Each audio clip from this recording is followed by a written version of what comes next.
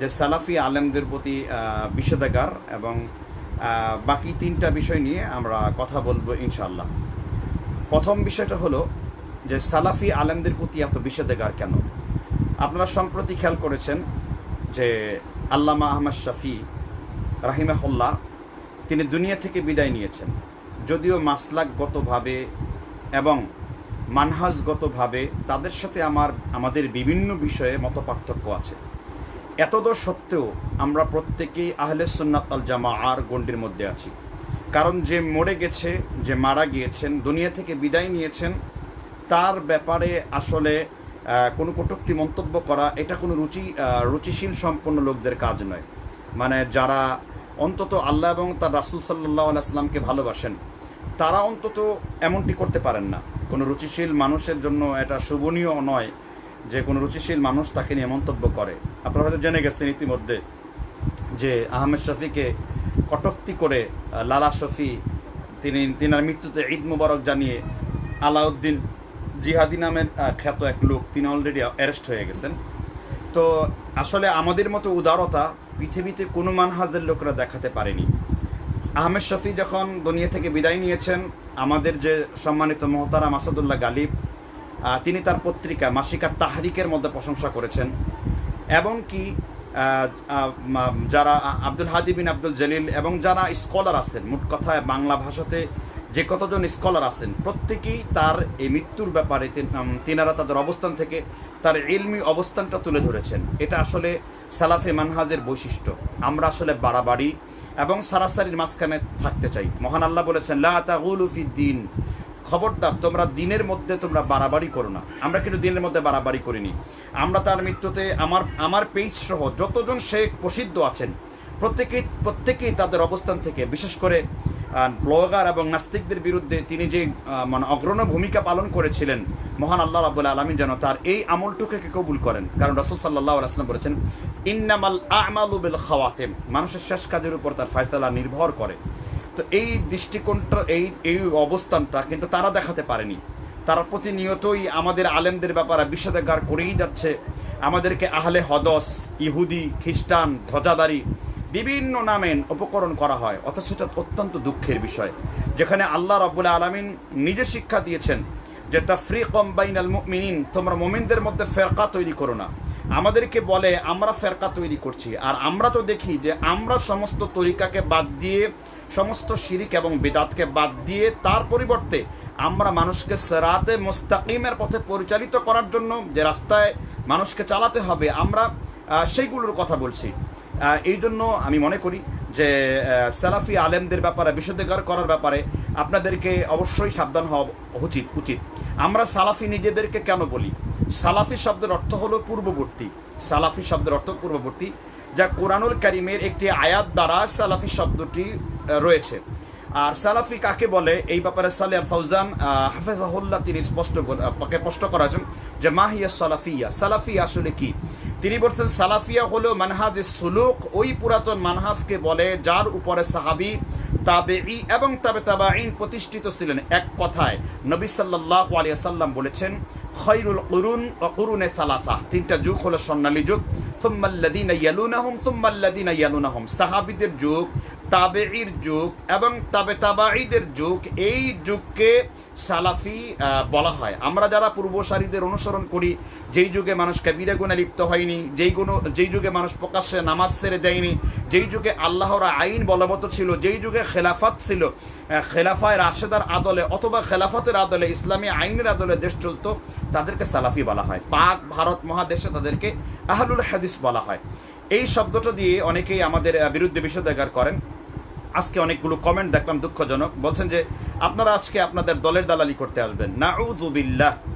আমি সুনির্দিষ্টভাবে আহলে হাদিস আন্দোলন, জমিয়তে আহলে হাদিস, সুব্বানে আহলে হাদিস, আমি আসলে কারোর সাথেই তাদের দলভুক্ত নই, কিন্তু আবার আমি তো সবার দলের সাথে আছি। আমার স্লোগানটা হলো দল হোক যার যার, সালাফি মানহাজটা সবার। অর্থাৎ যেই ব্যক্তি কোরআন এবং পূর্ববর্তীদের সুন্নাহকে আঁকড়ে ধরেছে সেই আমাদের কাছে মুক্তিপ্রাপ্ত। কেননা আব্দুল্লাহ ইবনে মাসউদ, এই কথাটি আমি বহু লাইভে, বহু বক্তব্যে, বহু খুতবায়, বহু ওয়াজে, বহু সেমিনারে, বহু সিম্পোজিয়ামে আমি এই কথাটি বলেছি। ইবনে মাসউদ রাদিয়াল্লাহু তাআলা আনহু বলেছেন, আল জামাআ মা ওয়াফাকাল হক ইন কুনতা ওয়াহদাক। পৃথিবীর যে কোনো প্রান্তে হোক, যে ব্যক্তি কোরআন এবং বিশুদ্ধ হাদিসকে আঁকড়ে ধরবে, ওই লোকটাই তোমার আল জামাআর অন্তর্ভুক্ত, ওই লোকটা সালাফিদের অন্তর্ভুক্ত। এখানে নির্দিষ্ট কোনো দলের নাম নয়। তাহলে দলগুলো কেন হয়েছে? এগুলো হয়েছে বৃহৎ স্বার্থে, এগুলো কিন্তু ছোট স্বার্থে নয়। কেননা ওয়া'তাসিমু বিহাবলিল্লাহি জামিআ, কেউ এই কথা বলে নেই। জমিয়ত আহলে হাদিসের শহীদুল্লাহ খান মাদানী, আসাদুল্লাহ গালিব স্যার এই কথা বলেননি যে আমি মুসলিম জাতির খলিফা, বরং তিনারা বলেছেন আমরা আমিরুল মুজাহিদিন, অর্থাৎ একটি জামাতের আমির। এই জামাতে আমার কাছে আমার কথাগুলো শুনলে বা আমার একটা ম্যাথোলজির উপর চললে তোমরা কোরআন এবং সুন্নাহর দিক নির্দেশনার দিকে থাকতে পারবে। আমরা কেউ কিন্তু এইরকম শব্দ উচ্চারণ আমরা করিনি। একজন কমেন্ট করেছেন মুফতি খলিলুর রহমান ভাই, তিনি লিখেছেন যে আমি একবারও মুফতি আল্লামা আহমদ শফি রহিমাহুল্লাহর নাম নিতে পারি, নাউজুবিল্লাহ। আমার উস্তাদ আব্দুল্লাহ হাই পাহাড়পুরি এবং আমার উস্তাদ ঢাকায় হুজুর আরিফ নেওয়াজ, তারা প্রত্যেকে আহমেদ শফির ছাত্র, তারা প্রত্যেকে আহমেদ শফি রহিমাহুল্লাহর ছাত্র। সুতরাং আপনারা ঢাকায় হুজুর আরিফ নেওয়াজকে চিনেন, যিনি বাইতুস সালাম র্যাব 1-এর পাশে যে মাদ্রাসা আছে। আমি ওনার কাছে এসো আরবি শিখি এবং তামরিন এই গ্রন্থ দুইটা আমি অনুশীলন করেছিলাম। তো সুতরাং আমি এখানে তাকে সম্মান করার ক্ষেত্রে কোনো কার্পণ্যতা আমাদের নেই, সেই উদারতা আমাদেরকে সালাফি মানহাজ শিখিয়েছে। তাকে আলোচনা ভিন্ন পথে যাবে। তো আমি বলতে চাচ্ছিলাম যে এই হলো সালাফি। এখন সালাফিদের বিষোদ্গার কেন করা হয়? মিলাদের পরিবর্তে আমরা দরুদ পড়ার কথা বলি, তো স্বাভাবিক যে মিলাদের মিষ্টিতে অভ্যস্ত আছে, যে মিলাদের মিষ্টিতে ডায়াবেটিসকে বাড়িয়ে ফেলেছে, সে তো স্বাভাবিকভাবেই তাহলে দরুদের দুশ্মনী করবে। ইন্নাল্লাহা ওয়া মালাইকাতাহু ইউসাল্লুনা আলান নবী, সালাফি আলেমরা ব্যাখ্যা দিচ্ছেন যে আল্লাহর নবীর উপর দরুদ পড়তে হবে। তা সাহাবীরা কিভাবে দরুদ পড়বে? রাসূল সাল্লাল্লাহু আলাইহি ওয়াসাল্লাম তাদেরকে দেখিয়েছেন, আল্লাহুম্মা সাল্লি আলা মুহাম্মদ ওয়া আলা আলি মুহাম্মদ কামা সাল্লাইতা আলা ইব্রাহিম ওয়া আলা আলি ইব্রাহিম। আপনারা সূরা আহজাবের 56 নম্বর আয়াতের তাফসীরে ইবনে কাসিরে আপনি দেখে নেবেন। তাহলে এখন যদি আমি এখানে প্রচলিত এই ভারতে আমি যদি মিলাদের এগেনিস্ট আমি কথা বলছি না, আমি যদি প্রচলিত মিলাদের নাম করে এই ধরনের কাশিদার ব্যাপারে কথা বলি, দরুদে হাজারি, দরুদে লাকি, দরুদে তাজ, দরুদে নেরা, দরুদে নেরা মাথা, আরও বহু দরুদের উৎপত্তি হয়েছে যেগুলোর কোনো লা আসলা লাহু ফিল কুরআন ওয়াল হাদিস, যেগুলো হাদিস কোরআনে কোনো আসল নেই। তখন আপনি চট করে আমার বিরুদ্ধে বলবেন, আপনি আমাকে বকা দেবেন। কারণ আপনার বাপ দাদার পূজা, সালাফি হলে বাপ দাদার পূজা বন্ধ করে দেওয়া হয়, সালাফি হলে অন্ধ বুজুর্গের পথ অবলম্বন করা বন্ধ করে দেওয়া হয়। কারণ সালাফিরা, মোল্লা আলী কারি রহিমাহুল্লাহ তিনি একজন সালাফি ছিলেন, যদিও তিনি ফিকহের ক্ষেত্রে হানাফি ছিলেন, কিন্তু তার চিন্তা চেতনা মারাত্মক সালাফিয়াত ছিল। কিরকম? তিনি বলতেন তার বিখ্যাত গ্রন্থ মেরকাত, যেটা মেরকাতুল মাফাতিহ, যেটা মিশকাতুল মাসাবিহের সরা, তিনি স্পষ্ট করে বলতেন যে লা তাকলিদুনা ওয়ালা তাকলিদান, খবরদার তোমরা কারো অন্ধ অনুসরণ করো না। কারণ তাকলিদু কবুলুল কওলি গায়রু বিলা দলিল, কোনো মানুষকে প্রমাণবিহীন মেনে নেওয়ার নাম, দলিলবিহীন মেনে নেওয়ার নাম তাকলিদ। তাহলে আপনারা কি তাকলিদ করেন না? এটা একটা সম্পূর্ণ ভুল কথা। আমরা তাকলিদ করি, এটাকে বলা হয় তাকলিদ মুতলাক। আমরা যদি দেখি কারো নস মানে ব্যাখ্যা, নাসে কাতঈ অকাট্য ব্যাখ্যা কোরআন এবং সুন্নাহ মাফিক না হয়েছে, তখন আমরা সরে যাই। যেহেতু 4 জন ইমাম তারা স্ব স্থানে লিখেছেন যে যদি আমাদের কোনো কথা, আমাদের কোনো কৌল, আমাদের কোনো কথাবার্তা যদি রসুলের হাদিসের সাথে খেলাপ পাও, দারমুহু জিদারুন, দিয়ালের বাইরে কথাটাকে নিক্ষেপ করো। ইদা সহাল হাদিসু ফাহুয়া মাযহাবি, কারণ হাদিস যখন সহি পাবে এটাই আমি আবু হানিফার মাযহাব। কিন্তু আমরা এই উদারতা দেখাতে পারলেও, আমরা হাদিসের ক্ষেত্রে এই স্বাধীনতা দেখাতে পারলেও, দুর্ভাগ্যের বিষয় আল্লামা তাকি উসমানী তার খেদমতে বড় বারাকাত দিচ্ছেন। অর্থনীতির কিতাব আজও পড়ি, ফিকহি মাকালাত আজও পড়ি, জামে তিরমিজির সরা আজও পড়ি। তারপরে তিনি মাযহাব আর তাকলিদ বইয়ের 59 পৃষ্ঠায় তিনি দুঃখজনক একটি কথা লিখেছেন, যদি তোমরা কখনো দেখতে পাও যে আল্লাহর নবী সাল্লাল্লাহু আলাইহি ওয়াসাল্লামের হাদিস আবু হানিফা রাহিমাহুল্লাহর মাযহাবের বিরুদ্ধে চলে যায়, তাহলে হাদিসটাকেই দারমুহু জিদারুন, দিয়ালের বাইরে ছুড়ে দাও উম্মতের বৃহৎ হানাফি মাযহাবের বৃহৎ ঐক্যের স্বার্থে। তাহলে আমি কি বলবো? আমি কিন্তু একটা বিষোদ্গার করছি না, আমি একটা তুলনা বুঝাচ্ছি। তাহলে আপনারা কেন সালাফি আলেমদের বিষোদ্গার করেন? সালাফি আলেমরা তাফিজের বিরুদ্ধে শক্তিশালী অবস্থান নিয়েছে, কারণ সালাফি আলেমদের পক্ষে তাফিজের নসগুলো, হাদিসগুলো, ব্যাখ্যাগুলো, শারাহগুলো, তাফিজের ব্যাপারে আকাইদটা সহি মনে হয়েছে। সালাফি আলেমরা কবরের বিরুদ্ধে, মানে কবরের মাজারের শিরিকের বিরুদ্ধে যতটা কঠোর, কবরে গোলাপ পানি মানে ছিটানোর ব্যাপারে যতটা কঠোর, কবরে নাজ নেয়ামত ব্যাপারে যতটা কঠোর, কিন্তু আপনাদেরকে সেই কঠোরতা কিন্তু দেখা যায় না। কবর কেন্দ্রিক একটি ভালোবাসা আপনার মধ্যে থাকে, কারণ আমরা স্পষ্ট দ্ব্যর্থহীন কণ্ঠে রাসূল সাল্লাল্লাহু আলাইহি ওয়াসাল্লামের হাদিস অনুবাদ করে দিয়েছি। মুসলিম শরীফের 1695 নাম্বার, আল্লাহ রাসূল বলেছেন, ওয়া আন আবি মারসাদ কানাজি রাদিয়াল্লাহু আনহু قال قال রাসূলুল্লাহ সাল্লাল্লাহু আলাইহি ওয়াসাল্লাম ওয়ালা তাসুল্লু ইলাল কুবুর, তোমরা কবরকে সামনে রেখে নামাজ আদায় করো না। ওয়ালা তাজলিসু, তোমরা কবরের মধ্যে বসো না। ওয়ালা তাজাসসাসা, কবরকে তোমরা পাকা করো না। ওয়ালা সুরাজা ওয়ালা ইবনা, কবরে পাকা করো না, কবরে বাতি জ্বালিও না। আমাদের কাছে রাসূলের হাদিস স্পষ্ট রয়েছে। এই জন্যই আমরা সালাফিরা অনেকের শত্রু হয়েছি। সালাফিরা আর কি করেছে? সালাফিরা একদিকে সাবিনা খতম বন্ধ করেছে।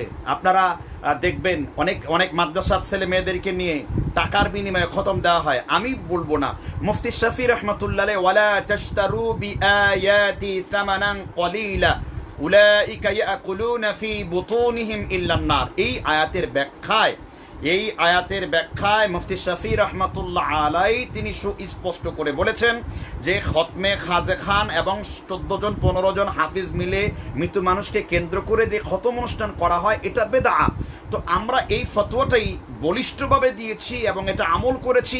আমাদের সালাফি যতগুলো কওমি মাদ্রাসা রয়েছে, কোথাও এমনটি হয়নি।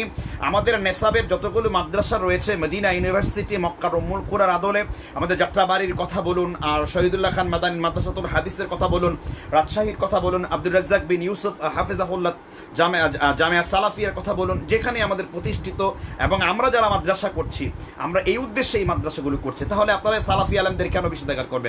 আমরাই সর্বপ্রথম হিল্লা বিবাহকে ভাড়াটিয়া পাঠার সাথে তুলনা দিয়েছি, অথচ আপনাদের কেতাবাদির মধ্যে মাখরু বলেছে, হেদায়েত কিতাবে মাখরু অপছন্দনীয় কাজ। আর আল্লাহর নবী সাল্লাল্লাহু আলাইহি ওয়াসাল্লাম বলেছেন, আমি কি আলা উখবিরুকুম, আমি কি তোমাদের খবর দিব ভাড়াটিয়া পাঠাদের সম্পর্কে? সাহাবীগণ বলেন, কুল্লা বালা ইয়া রাসূলুল্লাহ, আমাদেরকে বলুন যে এই উম্মতের ভাড়াটিয়া পাঠা কারা? আল্লাহ রাসূল সাল্লাল্লাহু আলাইহি ওয়াসাল্লাম কি বললেন? যারা হিল্লা বিয়ে দেয় এবং যারা হিল্লা বিয়ে করায় এবং যারা হিল্লা বিয়ে করে, এরা হলো আমার উম্মতের ভাড়াটিয়া পাঠা। আর উমর ইবনে খাত্তাব রাদিয়াল্লাহু তাআলা আনহু মুসনাদে বাজ্জার, মুসনাদ আবু ইয়ালা এবং মুসান্নাফে আবি সাহেবা, মুসনাদ আহমদের মধ্যে 18044 নম্বরে তিনি স্পষ্ট করে বলেছেন যে ব্যক্তি হিল্লা বিয়ে দেয় তাকে তোমরা রজম করো, মানে রুজুম করো, দুনিয়া থেকে তাকে পাথর নিক্ষেপ করো, শেষ করে ফেলো। আমরা এই হিল্লার বিরুদ্ধে সর্বপ্রথম আমরা মুখ খুলেছি, বলিষ্ঠভাবে বলেছি। আমরা উসিলার ব্যাপারে স্পষ্ট করে বলেছি, ওয়াবতাগু ইলাইহিল ওয়াসিলা।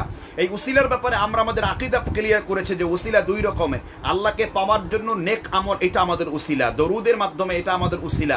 আমাদের সাজদা, এটা আমাদের উসিলা। মায়ের খেদমত, এটা আমাদের উসিলা।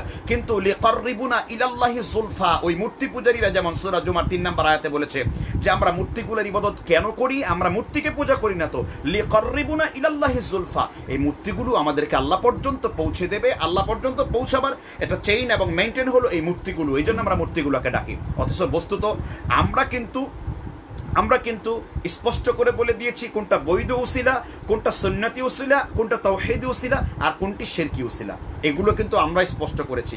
যার ফলে হলো আমাদের শত্রু এক শ্রেণীর লোকেরা, যারা দরবারি, যারা হিল্লা বিবাহকে জায়েজ মনে করে, যারা তাবিজের ব্যবসা করতো, যারা মিলাদের কিয়ামের ব্যবসা করে মানুষকে বিভ্রান্ত করেছে, যারা উঁচু কবরকে পূজা করে মানুষকে ব্যবসা করেছে, যারা শরিয়াতের ভুল ব্যাখ্যা দিয়ে আমাদের মসজিদগুলোতে যতগুলো মসজিদ আছে, যে সর্বনিম্ন আদনা ছোট একজন আলেম, সেও যদি খুতবার মিম্বারে বসে, একজন সাধারণ মূর্খ যারা সালাফিদ মানহাজকে পছন্দ করে, তাদের মসজিদ থেকে কিন্তু বেশি আসে যে, হে সম্মানিত খতিব সাহেব, আপনি কোরআন এবং সহিহ হাদিসের বাইরে আপনি কথা বলবেন না। আমার মসজিদের কথা বলি, মেম্বার সাহেব বলেন বা আমার মসজিদের কমিটি বলেন, তারা বলেন যে শেখ আমরা ভালো নিজেরা মানতে পারি না ঠিক, কিন্তু আপনি কোরআন এবং সহিহ হাদিস থেকে দেপ্ত কণ্ঠে কথা বলে যাবেন।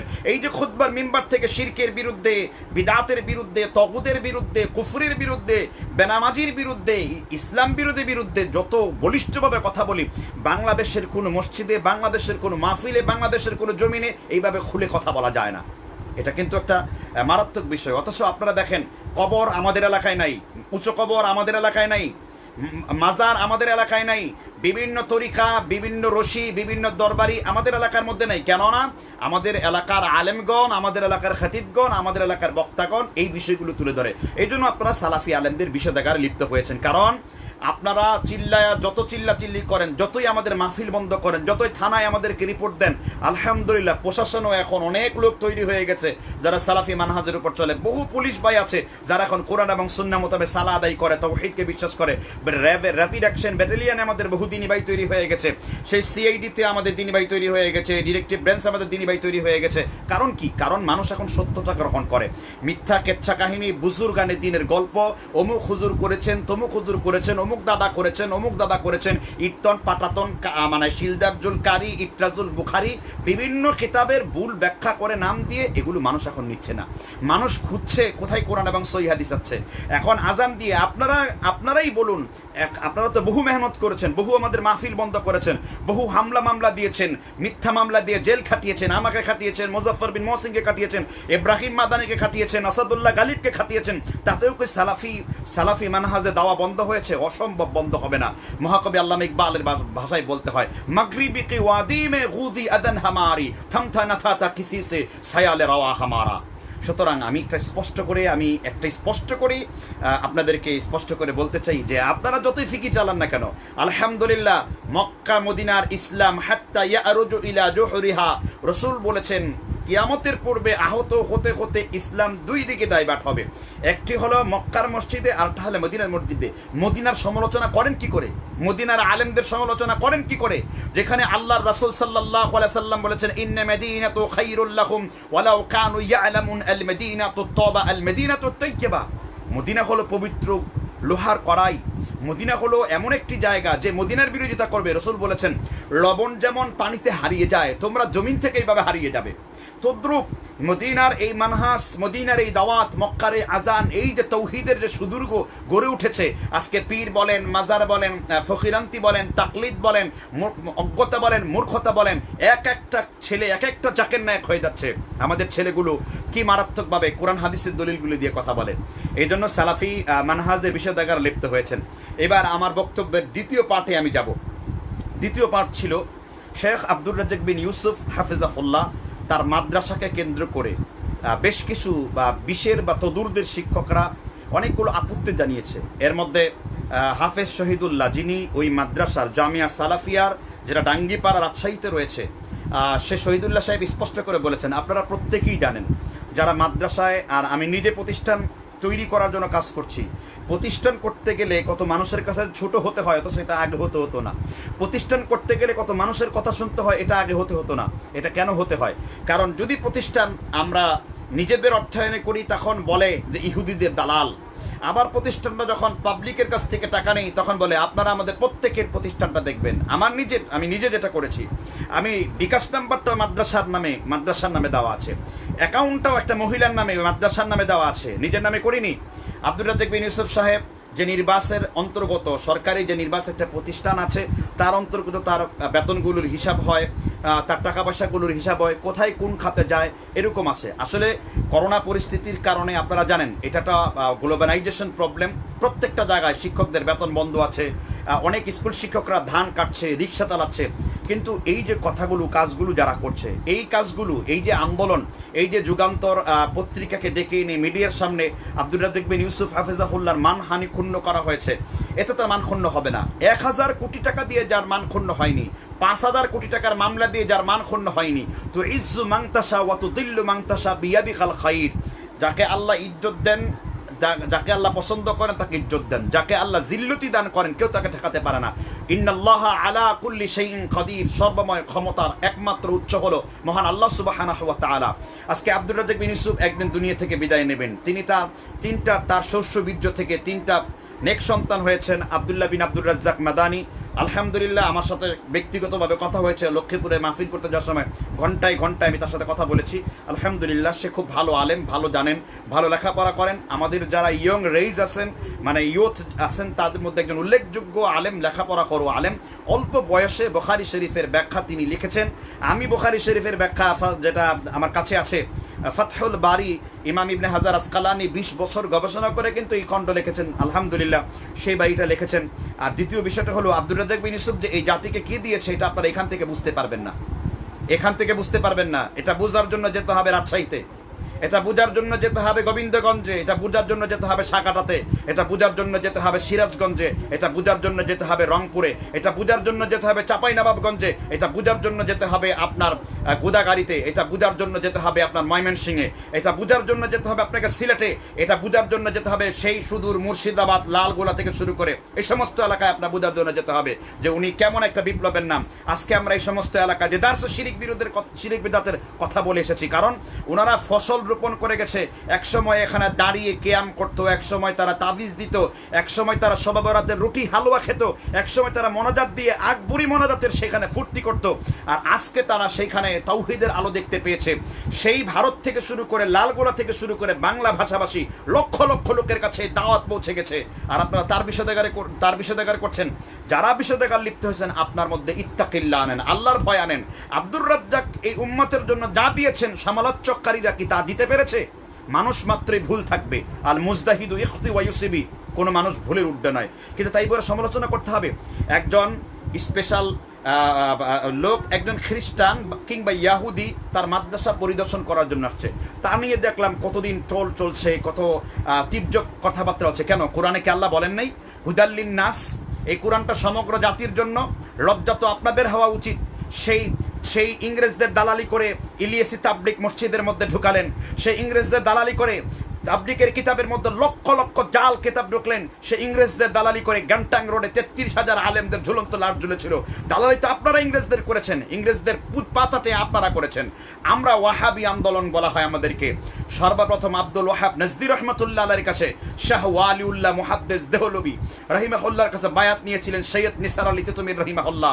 ইতিহাস ভালো করে পড়ুন, বালাকোটের ইতিহাস ভালো করে পড়ুন, তারপরে আপনার রেশমি রুমাল আন্দোলনের ইতিহাস ভালো করে পড়ুন, ইমাম তাইমিয়া রাহিমাহুল্লাহর মজমায়ে ফতোয়া ভালো করে পড়ুন, আর তারপরে আপনি আহলে হাদিস থিসিসগুলো ভালো করে পড়ুন। আল্লামা ইহসান আলী যখন শিয়াদের বিরুদ্ধে কথা বলতে পারেনি কেউ, শিয়াদের বিরুদ্ধে যখন সবাই চুপছে ছিল, শিয়ারা যখন প্রকাশ্যে সাহাবীদেরকে গালি দিত, শিয়ারা আল্লাহ রাসূল সুবওয়া সাহাবী, আমার সাহাবীদের গালি দিও না, তখন শিয়াদের বিরুদ্ধে 8 খণ্ডে উর্দুতে যে ব্যক্তি কিতাব লিখেছে তিনি আহলে হাদিসের বাগের বাচ্চা এহসান এলাহি জহির আকিদাতু শিয়া নামের একটি কিতাব লিখে ছেড়ে দিয়েছে। শেষ পর্যন্ত শিয়াদের গুলি খেয়ে আতাউল্লাহ বুখারীর সামনে তিনি শাহাদাতের তামান্না পান করেছেন। আপনারা কোন বাতিলের বিরুদ্ধে রদ করেছেন? আপনারা রদ করতে পারেননি। সুতরাং আপনারা সংযত হয়ে কথা বলুন, সংযত হয়ে কথা বলার চেষ্টা করুন। আশা করি আপনাদের জন্য কল্যাণ এবং ভালাই হবে। আব্দুর রাজ্জাক বিন ইউসুফকে নিয়ে যা আপনারা শুরু করেছেন এটা কিন্তু ঠিক নয়, এটা সত্যই দুঃখজনক। আমি জানি এরা হলো সালাফিদের বিরোধী, এরা নিশ্চয়ই ইহুদি খ্রিস্টানদের মদতপ্রষ্ট কোনো দালাল হবে যারা এই মাদ্রাসাটা বিরোধিতা করেছে। আপনারা খোঁজ নিয়ে দেখুন মাদ্রাসা কত মানের লেখাপড়া করা হয়, আপনারা খোঁজ নিয়ে দেখুন একটা কওমি মাদ্রাসা দাঁড় করানো কত কষ্টের কাজ, আপনারা খোঁজ নিয়ে দেখুন মানুষের দাঁড় থেকে অর্থে এনে একটি প্রতিষ্ঠানকে দাওরা পর্যন্ত নিয়ে মদিনা ইউনিভার্সিটির জন্য ইজাজা নেওয়ার জন্য চেষ্টা করা, এটা কতটা কঠিন কাজ, এটা খোঁজ নিয়ে দেখুন। সুতরাং আমি মনে করি যারা তার বিরুদ্ধে এই ধরনের কথাবার্তা বলছেন তা আপনারা সাবধান হওয়ার চেষ্টা করেন। আল্লাহ তাআলা আমরা আপনাদের সাথে ভাতৃঘাতের সংঘাতে লিপ্ত হতে চাই না, আমরা আপনাদের সাথে ভাতৃঘাতী সংঘাতে লিপ্ত হতে চাই না। আপনারা কেন আমাদেরকে নিয়ে কথাবার্তা বলছেন? আমাদের এই সমস্ত বিদেশি লোকেরা দেখে গেছে যে কোনো জঙ্গিবাদের সাথে কোনো সম্পর্ক আছে কিনা, তারা এর কোনো প্রমাণ পায় নাই।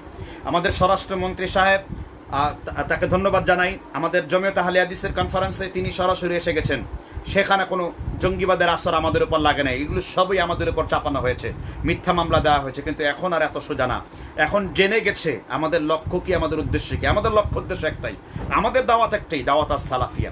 আমাদের মোটো এক, মানুষকে শিরিক এবং বিদআত থেকে ফিরানো। আমরা কাউকে বাধ্য করার জন্য আসি নাই। ওমা আনা আলাইকুম বিওয়াকিল, আমাকে আল্লাহ উকিল করে পাঠানো হয় নাই। লাস্তা আলাইহিম বিমুসাইতির, আমার আল্লাহ আমাকে দারোগা করে পাঠানো হয় নাই। এবার তৃতীয় একটি পয়েন্ট হলো, সম্প্রতি একটি ছোট ভাই উনি ঘোষণা দিয়েছেন, এবং উনি ছোট মানুষ, আপনারা জানেন বয়স যার অল্প সে কিন্তু পরিপক্ক না, কারণ রাসূল সাল্লাল্লাহু আলাইহি ওয়াসাল্লাম বলেছেন কুল্লু বনি আদম খাতা, প্রত্যেক বনি আদম ভুলকারী। সব থেকে বড় ভুলকারী যে ব্যক্তি তাওবাকারী।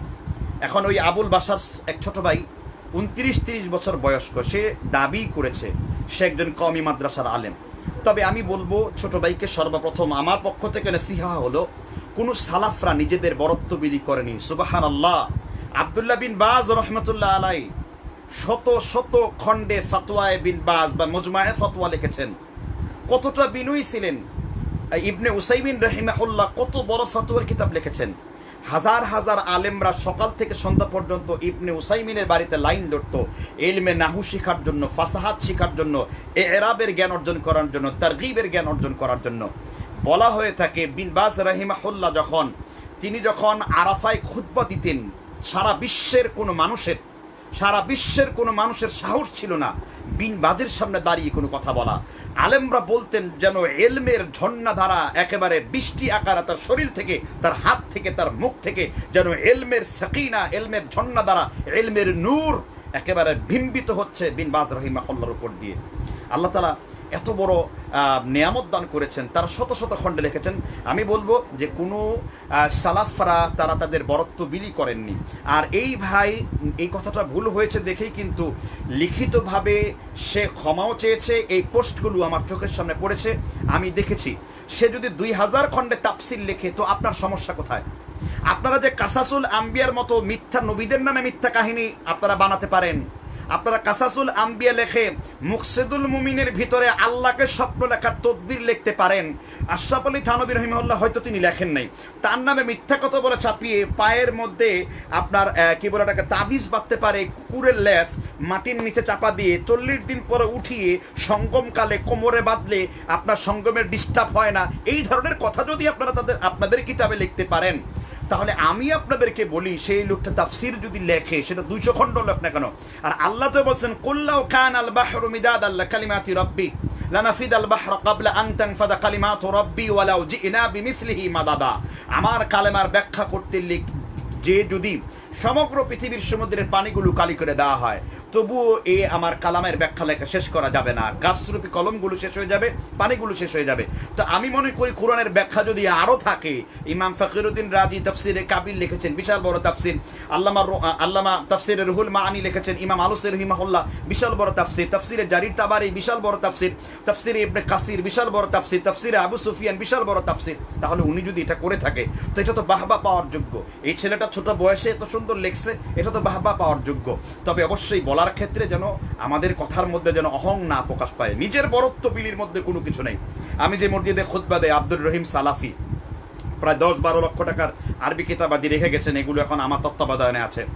উনি চিরটা জীবন ওনার জীবনী আমি শুনেছি, আমি নিজের কানে ওনাকে জিজ্ঞাসা করছি তার আমল সম্পর্কে। তিনি তো মারা গেছেন। এই আব্দুর রহিম সালাফি আমাকে বলছে 18 বছর পর্যন্ত তার কোনো দিন তাহাজ্জুদের নামাজ ছুটে যায় নাই। কতটা পরহেজগার ব্যক্তি ছিলেন। এবং তিনি নিজের নামের আগে কোনোদিন মাওলানা মুফতি শায়েখ লেখেন নাই, শুধু আব্দুর রহিম লিখে গেছেন। কারণ যিনি মুমিন হবেন, রাসূল সাল্লাল্লাহু আলাইহি ওয়াসাল্লাম বলেছেন একজন যে নিঃসন্দেহে যে ব্যক্তি মোমেন মানসল্লা ইউরাই ফাকাদ আশরাকা ওয়া মান সামা ইউরাই ফাকাদ আশরাকা ওয়া মান তাসদাকা ইউরাই ফাকাদ আশরাকা। যে ব্যক্তি মানুষকে দেখাবার জন্য নামাজ পড়ে সে শিরক করে, যে ব্যক্তি মানুষকে দেখাবার জন্য রোজা রাখে সে ব্যক্তি শিরকে লিপ্ত হয়। তা আমি স্পষ্ট করে আপনাদেরকে একবারে স্পষ্ট করে আপনাদেরকে কথা বলবো, তাফসিরে বাশারি লেখুক আর যাই লেখুক আপনারা তাকে উৎসাহ প্রদান করেন। যদি তার কোনো ভুল হয়ে থাকে, তার বলার ক্ষেত্রে বের হওয়ার পরে তার মধ্যে যদি কোনো ভুল হয়ে থাকে, তাহলে সেই ভুলের জন্য আপনারা তার এলমি ভুল ধরেন। কেন এলমি ভুল ধরা যায় না? যদি সে কোনো জাহিলিয়াত করে থাকে তার এলমি ভুল ধরেন, তার এলমি ভুল ধরবেন না, তাকে নিয়ে সমালোচনা করবেন কেন? আপনারা এটা কেন, এটা এই অথরিটিতে কোথায় পেয়েছেন? কেন এই ছোট ভাইয়ের গুস্তটা আপনাদের কাছে এত সুস্বাদু মনে হয়? কেন আপনারা সংঘাতে লিপ্ত হন? কেন তার বিরুদ্ধে আপনারা এই ধরনের কথাবার্তা বলছেন? সবচেয়ে বড় কথা হলো যে আরেকটা অভিযোগ দেওয়া হয় নামাজ না পড়লে বউ তালাক। আমি আপনাদেরকে বলছি নামাজ না পড়লে কিভাবে বউ তালাক হয়। আপনারা কালকে লাইভে আমার সাথে 5 দোনাতে খুতবা লাইভ দেবো, আপনারা সেখান থেকে শুনবেন। আমার বিষয়টা হলো নামাজ পরিত্যাগকারীর বিধান। আমি শুধু এইটাকে বলার জন্যই, ওই ছোট ভাই হয়তো দলিল দিতে পারে নাই, হ্যাঁ আমি দলিল দিয়ে হাদিস দিয়ে উপস্থাপন করে নজ দিয়ে নাসে কাতঈ অকাট্য দলিল দিয়ে বুঝিয়ে দেব নামাজ পরিত্যাগকারীর বউ কিভাবে কাফের, মানে কিভাবে মানে বিচ্ছেদ হয়। আমি সেই জন্য আমি আপনাদেরকে এটা বুঝিয়ে দেব। এক আর দুই বিষয়টা হলো যে আপনারা নিজেরা অন্য কথা তার বিরুদ্ধে এমনটা বলবেন না। আশা রাখি আপনাদের যদি লজ্জা শরম হায়া থাকে, রাসূল বলছেন আল হায়া শু'বাতুম মিনাল ঈমান, লজ্জা হলো ঈমানের অংশ। আশা করি এই ছোট ভাইকে যদি কোনো কিছু বলার প্রয়োজন পড়ে, আমরা বড় হিসেবে, মুরব্বী হিসেবে আমরা তাকে কাছে বলবো। টানবার সে নিজে বুঝতে পারছে যে বিষয়টা ভুল। কেউ যদি এটা বুঝে যায়, কেউ যদি এটা স্বীকার করে নেয় যে আমার বলার ভঙ্গি ভালো ছিল না, আমি এটা বলে দিয়েছি, তো আমি এখন এটা ভুল করেছি, আমার দ্বারা হবে না, তারপরও তাকে নিয়ে ট্রোল করা মূলত এটা কিন্তু কোনো প্রবলেম না। আপনারা জানেন যে কিছুদিন আমাকে নিয়েও এরকম অনেক সমালোচনা হয়েছে। মনে রাখবেন, সমালোচনাটাও এক ধরনের আল্লাহর নেয়ামত। কেননা সমালোচনাটা সবার জন্য হয় না, কারণ আপনি যত সমালোচনা করবেন আমার তত বেশি আল্লাহ তাআলা আমাকে উঁচু মাকামে নিয়ে যাবেন। এই ছোট মানুষটিকে কেউ চিনত না, যত সমালোচনা করেছেন, এখন মানুষ যাবে তার হাদিস কুরআন দেখবে এবং হাদিস কুরআন দেখার পরে তার থেকে তার বক্তব্য নেবে, তার থেকে ইলমি কন্টেন্টগুলো নেবে। আমাদের দুঃখের বিষয় হলো, আমাদের উচিত প্রত্যেকটা সালাফি আলেমরা যখনই কোনো হক কথা বলবে তখনই অন্যান্য সালাফি আলেমদের তার পাশে আসা, যদি সেই ছোটো ভাইয়ের কোনো ভুল হয় তাকে কাছে ডেকে এনে সেটা সংশোধন করে দেওয়া। হ্যাঁ, কিন্তু আমরা নিজেরা মধ্যে বিষোদ্গার করবেন না। এই জন্য আমি মনে করি আমাদের সমস্ত দিনী ভাইদেরকে অসংখ্য ধন্যবাদ, যে দিনী ভাইরা পূর্ববর্তীতেও যেমনইভাবে আমার পাশে এসে সবাই দাঁড়িয়েছিলেন, এবং আপনারা তো ভালো করেই জানেন যে কোন ষড়যন্ত্র থেকে এগুলো হয়। তদ্রূপভাবে আপনারা এই ছোট ভাইয়ের পাশেও দাঁড়ান, আর আমরা চেষ্টা করব তিনি যেন এইগুলো কথা বলার ক্ষেত্রে, কারণ অবশ্যই রাসূল সাল্লাল্লাহু আলাইহি ওয়াসাল্লাম বলেছেন, মান কানা ইউমিনু বিল্লাহি ওয়াল ইয়াউমিল আখির ফালিয়াকুল খায়রান আও লিয়াসমুত। কেউ যদি আল্লাহ এবং পরকালকে ভয় করে চলে, সে যেন অবশ্যই মুখ দিয়ে ভালো কথা বলে। ভালো সে বলতে পারলো না, সে যেন চুপ থাকে। কেননা সূরা আল কাফের 18 নম্বর আয়াতে আল্লাহ বলেছেন, মা ইয়ালফিদু মিন কাউলিন ইল্লা লাদাইহি রকিবুন আতীদ। মানুষ মুখ দিয়ে যে শব্দ বের করে না কেন, মহান আল্লাহ তাআলা তা রেকর্ড করে নেন। এখন বিষয়টা হলো যে আমাদের বলার ভঙ্গি, মানে আমাদের কলবের মধ্যে আল্লাহ একটা প্রদত্ত একটা পাওয়ার আছে। এই জালালি তবিয়ত যে কোথা থেকে চলে আসে, মাইকের সামনে বসলে, স্পিকারের সামনে বসলে। যারা আমাকে ব্যক্তিগতভাবে চিনেন তারা জানেন আমি খুবই রসিক এবং বন্ধুসুলভ লোক, কিন্তু যখন আমি মাইকের সামনে বসি আমি অত্যন্ত কঠিন হয়ে যায়। এটা আসলে আল্লাহর নিয়ামত। আল্লাহ আপনারা যুগে যুগে ঘুরেও কিন্তু আপনারা এইরকম পাবেন না। আমাদের শায়েকরা যেই কষ্ট করে রেফারেন্স সহকারে হাদিস মুখস্থ করে বয়ান করা, কিন্তু মানসুর হাল্লাজের কিচ্ছা বলা, সারাদিন ঘুমিয়ে থেকে ফজাবা দেখেন না, অনেক বক্তারা বের হয়ে গেছে যে অমুকের দিন ছিলাম এমুক জায়গায়, গফরগাঁও থেকে বহু দূরে গেছি, 4:15 মিনিটে মাঝখানে তার ফজরের নামাজ নাই। তো যে ব্যক্তির ফজরের নামাজ নাই, যে ব্যক্তির আসরের নামাজ ঠিক নাই, আর ওমর ইবনে খাত্তাব ফতোয়া দিয়েছেন লা হাযফ ফিল ইসলাম লিমান তারকুস সালাত, যার সালাত নাই ইসলামে তার কোনো অংশ নেই। আলী রাদিয়াল্লাহু তাআলা ফতোয়া দিয়েছেন মাল্লাম ইউসাল্লি ফাহুয়া কাফের, যে ব্যক্তি সালাত ছেড়ে দেয় সে কাফের। আর জনৈক বক্তা কলরব রুহানি সাহাবার অভিভাবক, সে বলে কিনা যে আমার অমুক জায়গায় আস্তে আস্তে, এগুলো সব হলো নিজের বরত্ব বিলি করা। এমনও দিন যায় আমাদের, একদিনে 4টা-5টা প্রোগ্রামও রাখে, সকালে, বিকালে, দুপুরে, রাতে, সন্ধ্যায়, মধ্যরাত্রিতে। কিন্তু এগুলো কি বলবার বিষয়, নিজেকে হাইলাইটস করার বিষয়? আপনি কে, আপনি কেমন, আপনি কোন রুচির মানুষ, আপনার দ্বারা কি খেদমত হচ্ছেন, এটা নিজের বরত্ব বিলি না করে একটু নিজের কথা বলেন, 2টা হাদিস রাওয়ায়াত করেন, মাইকের সামনে 3টা কোরআনের আয়াত বলেন, মাইকের সামনে পূর্ববর্তী আলেমদের থেকে নিজের কিছু ভালো কথা বলেন। কিন্তু আশ্চর্যের বিষয়, কলব নষ্ট হয়ে গেছে, অন্তরটা খারাপ হয়ে গেছে। মানে বেশিরভাগ বক্তাদের খুলুসিয়াত কম, দেখবেন খুলুসিয়াত হয় না দেখেই তাদের বক্তব্যের কোনো তাসির পড়ে না। এই কান দিয়ে ঢুকায়, ওরা ওই কান দিয়ে বের করে। আর খুলুসিয়াতবিহীন বক্তা চিনবেন কিভাবে? যারা বানিয়ে ওয়াজ করে। খুলুসিয়াতবিহীন বক্তা চিনবেন কিভাবে? যারা সুর দিয়ে এমন সুরে বেলালি কারি হেলালি এমন লম্বা সুর দেয়, মানে ও যে কি বলে। সারা রাত্র ওয়াজ শুনে এসেছে, নাতিকে নানা জিজ্ঞেস করছে যে গোসল করার দোয়া জানি কোনটা, তো নাতি কয় সামান্য একটু মনে আছে, নাওয়াইতুল গুসলা। এবার নানা বলে নাওয়াইতুল গুসলা, নাতি বলে কি যে এবার আর বলতে হবে না, সাবান দিয়া জন্মের মতন কসলা। ওই নাওয়াইতুল গুসলা, সাবান দিয়া কসলা, এইসব শিখে আপনারা ওয়াজ থেকে আসেন। হাদিসের ওয়াজ তো করা হয় না, এই জন্য শিখবে কিভাবে? এই জন্য এই ফরম্যাটটা চেঞ্জ করছে, বেশি না। করোনার কারণে হয়তো প্রোগ্রামগুলো একটু মসজিদ কেন্দ্রিক হবে বা একটু অল্প হবে। এই পরিস্থিতি ওঠার পর আমি আপনাদেরকে বলে গেলাম, হায়াত জিন্দেগি যদি আমাদের আল্লাহ থাকে, আমরা গবেষণা চালাচ্ছি। আমাদেরকে তো এই ইয়াংস্টার, আমি খুব চিন্তায় ছিলাম যে আমাদের পরে এই হালগুলো কারা ধরবে। আলহামদুলিল্লাহ, মুরব্বীদের পরে আমরা ছিলাম, আমাদের পরে কিছু ছেলেদেরকে পেয়েছি। এগুলাকে নার্সারিং করলে এগুলো একটা সময়, আমরা বড় বড় মাদ্রাসা কেন করছি, আমরা কেন মাদ্রাসার জন্য লিখি, কেন মাদ্রাসার জন্য আমরা দিতে বলি? কেন আমরা 1000 আলেম বানিয়ে ছেড়ে দেব? এক একজন উলুমুল হাদিসের পণ্ডিত হবে, এক একজন কোরআনের পণ্ডিত হবে, এক একজন বালাগাতের পণ্ডিত হবে। সুতরাং এগুলো যদি আপনার ছেড়ে দেওয়া হয়, এগুলো যখন ছেড়ে দেওয়া হবে তখন বাতিল এমনিতেই পালাবে। এই জন্যই আসুন, আমার মাদ্রাসা হোক, আব্দুর রাজ্জাক বিন ইউসুফের মাদ্রাসা হোক, আসাদুল্লাহ গালিব স্যার হাফিজাহুল্লাহর মাদ্রাসা হোক, শহীদুল্লাহ খান মাদানির মাদ্রাসা হোক, খবরদার দিনী কাজের জন্য ব্যয় করবেন। মনে রাখবেন, ভুল মাদ্রাসায় টাকা দান করবেন না, সেখানে জাহান্নামে যেতে হবে। কারণ একটা বিদাতের জন্য মাংদাল্লা আলা খাইরিন ফালাহু মিসলু আজরি ফাইলি, কেউ একটা ভালো কাজ করলে সেই ভালো কাজের প্রতিদান যতজন লোক করবে ততজন লোক পাবে। রিয়াদুস সালিহিনের হাদিস 571 নাম্বার। কিন্তু কোনো বিদাত যদি আপনি চালু করেন, আপনার দ্বারা যদি কোনো বিদাত চালু হয়, তাহলে প্রত্যেকটা বিদাতের গুনাহ কিন্তু কবরে যেতে হবে। যেন সাবধান, দান করবেন কোন মাদ্রাসায়, দান করবেন কোন জায়গাতে, সেটা বুঝে দান করবেন। আল্লাহ তাআলা বুঝবার তৌফিক দান করুন, আমিন। আর যারা যে সমস্ত ভাইরা আমাদেরকে মিথ্যা অপবাদ দেন, তারাও আমাদের কাছের ভাই, তাদেরকে আমি ভালোবাসি। আমি সব থেকে ভালোবাসি আমার সমালোচকদের, কারণ তাদের সমালোচনার কারণেই আমরা খুব বেশি মানে সতর্ক থাকার চেষ্টা করি। আর সর্বশেষ নিবেদন হলো এই, আপনারা দয়া করে সালাফি আলেমদের বিরুদ্ধচারণ করবেন না। আর দয়া করে এই যে তাফসিরে বাসারি লিখেছে, তাকে তাফসির লিখতে দিন, তাকে উৎসাহ যোগান। লেখার পর যদি বাপের বেটা হয়ে থাকেন, মায়ের যদি এক ফোঁটা দুধ আপনি পান করে থাকেন, তাহলে আপনি করবেন। আমি নিজেও একটা বিশাল একটা হাদিস সংকলন, মানে বইয়ের সংকলন করার চেষ্টা করেছি।